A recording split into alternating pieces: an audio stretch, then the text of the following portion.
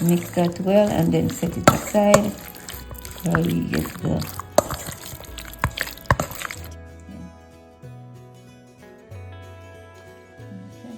roasted sesame oil.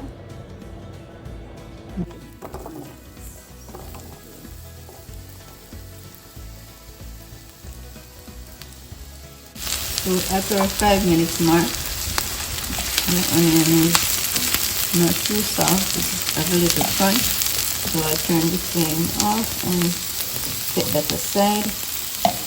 When it's hot, you're gonna add your beef.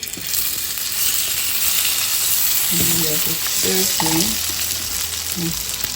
Don't stir the pot first.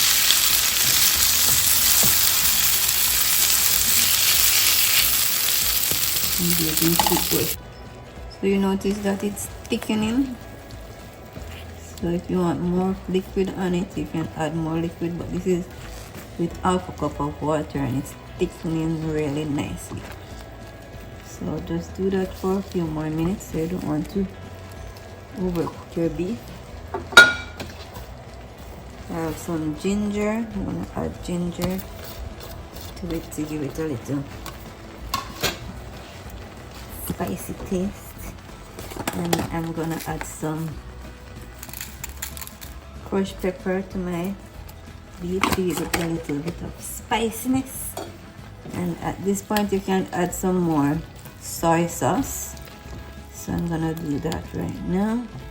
Just turn the flame down. Okay, so let's add our onions back to the pot. I forgot those. Alright, so let's add our onions back. We're almost done. Alright.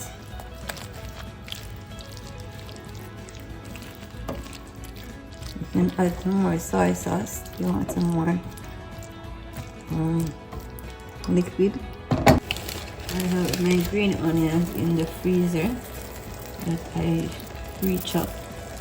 So that's it, guys.